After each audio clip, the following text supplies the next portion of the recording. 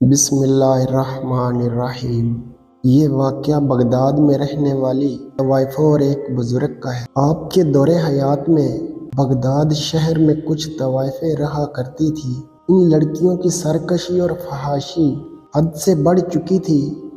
ایک دن ان کا گزر ایک بزرگ کے سامنے سے ہوا جن کا نام شاہ محمد اسماعیل رحمۃ اللہ علیہ تھا، جو اس وقت ذکر الہی میں مصروف تھے اور رو رو کر اللہ سے مغفرت کی دعا مانگ رہے تھے۔ جب ان لڑکیوں کی پازیبوں کی آواز ان کے کانوں میں پڑی تو آپ نے دیکھا کہ وہ لڑکیاں اپنے آپ میں مگن ناچتی اور گاتی ان کے سامنے سے گزر رہی ہیں۔ جب وہ چلی گئیں تو وہ بزرگ بھی اپنی عبادت سے فارغ ہو کر ان کے پیچھے چل پڑتے ہیں۔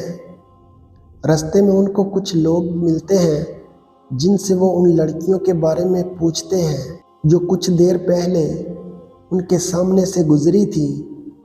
وہ لوگ انہیں بتاتے ہیں کہ یہ طوائفیں ہیں اور کسی ناچ گانے کی محفل میں جا رہی ہیں، اور پھر انہوں نے لڑکیوں کے مذہب کے بارے میں دریافت کیا تو انہوں نے بتایا کہ یہ خود کو مسلمان کہتی ہیں، اور یہ کہہ کر وہ لوگ وہاں سے چلے گئے تو شاہ محمد اسماعیل رحمۃ اللہ علیہ بھی واپس چلے گئے۔ اگلے روز وہ تبلیغ اور نصیحت کی غرض سے درویشانہ لباس زیب تن کر کے ان طوائفوں کی حویلی کے دروازے پر پہنچ گئے اور صدا لگائی، اللہ والیو دروازہ کھولو اور فقیر کی صدا سنو۔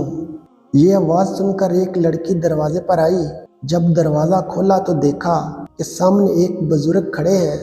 اس نے سوچا یہ کوئی گداگر فقیر ہے، تو اس لڑکی نے چند روپے اس بزرگ کی ہتھیلی پر رکھے اور اندر جانے لگی، لیکن وہ بزرگ کہنے لگے، مجھے پیسے نہیں چاہیے، میں اندر آ کے کچھ دیر آرام کرنا چاہتا ہوں۔ جس پر لڑکی نے کہا، میں اپنی نائکا سے پوچھ کر بتاتی ہوں۔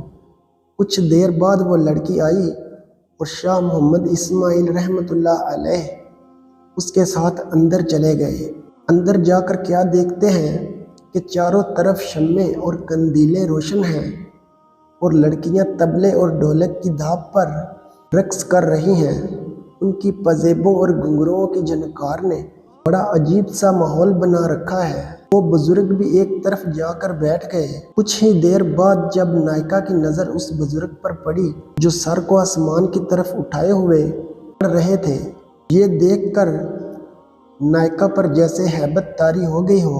کچھ ہی دیر بعد وہ بزرگ نائکا سے مخاطب ہو کر کہتے ہیں، میرا نام شاہ اسماعیل ہے، جو حضرت شاہ ولی اللہ کا پوتا اور شاہ عبدالعزیز شاہ رفیع الدین اور شاہ عبد القادر کا بھتیجا ہے۔ نائکا تیزی سے اپنی کرسی سے اٹھی اور احترام کے ساتھ ان کے سامنے جا کر کھڑی ہو گئی۔ بڑے ادب سے عرض کیا، حضرت آپ نے ہم سیاہ کاروں کے پاس آنے کی زحمت کیوں کی؟ ہمیں پیغام بھیج دیا ہوتا، ہم آپ کی خدمت میں حاضر ہو جاتے۔ شاہ اسماعیل رحمۃ اللہ علیہ نے آنکھیں بند کیے بغیر نائکا سے کہا، تم نے ساری زندگی لوگوں کو راگ اور سنگیت سنایا ہے، آج کچھ دیر ہم فقیروں کی صدا بھی سن لو۔ نائکا نے کہا، حضور سنائیے، ہم مکمل توجہ کے ساتھ آپ کی بات سنیں گے۔ یہ کہہ کر اس نے تمام طوائفوں کو پازیبیں اتارنے اور طبلے ڈھولکیاں بند کرنے کا حکم دے دیا، اور وہ سب آپ کے سامنے آ کر بیٹھ گئے۔ طوائفوں نے شاید ایسا انداز گفتگو کبھی سنا ہی نہیں تھا۔ حضرت شاہ اسماعیل رحمۃ اللہ علیہ نے قرآن پاک نکال کر سورہ یاسین کی تلاوت فرمائی۔ قرآن مجید کی تلاوت کے بعد آپ نے آیت مبارکہ کا دل نشین انداز میں ترجمہ کیا۔ جب آپ نے بیان شروع کیا، آپ کا یہ خطاب صرف زبان سے کانوں تک کا خطاب نہیں تھا، بلکہ دل کا دلوں سے اور روح کا روحوں سے خطاب تھا۔ یہ خطاب دراصل الہام ربانی کا کرشمہ تھا جو حضرت شاہ اسماعیل رحمۃ اللہ علیہ جیسے مخلص اور انسانیت کے حقیقی خیر خواہوں کے دلوں میں پیدا ہوتا ہے۔ جیسے ہی طوائفوں نے شاہ اسماعیل کے دل نشین انداز میں قرآن مجید کی تلاوت اور اس کی تشریح سنی تو طوائفوں پر لرزہ طاری ہو چکا تھا۔ روتے روتے ان کی ہچکیاں بلند ہو چکی تھیں۔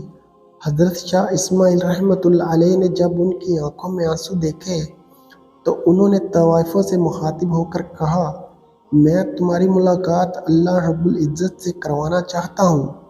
اور پھر ان کو وضو کرنے کو کہا اور تمام طوائفوں نے وضو کیا اور 2 رکعت نماز نفل ادا کی۔ پھر حضرت نے ان کے لیے دعا فرمائی اور اس موضوع کو اس قدر خوش اسلوبی سے بیان کیا کہ تمام طوائفیں گناہ کی زندگی پر افسوس کرنے لگیں۔ دوستو، توبہ کا دروازہ ہمیشہ کے لیے کھلا ہے، اور جب تک یہ دروازہ کھلا ہے اللہ تعالیٰ تمام انسانوں کے گناہ معاف کرتا رہے گا۔ دوستو، اگر آپ کو یہ ویڈیو اچھی لگی ہے تو ویڈیو کو لائک کریں اور چینل کو سبسکرائب ضرور کریں۔ شکریہ۔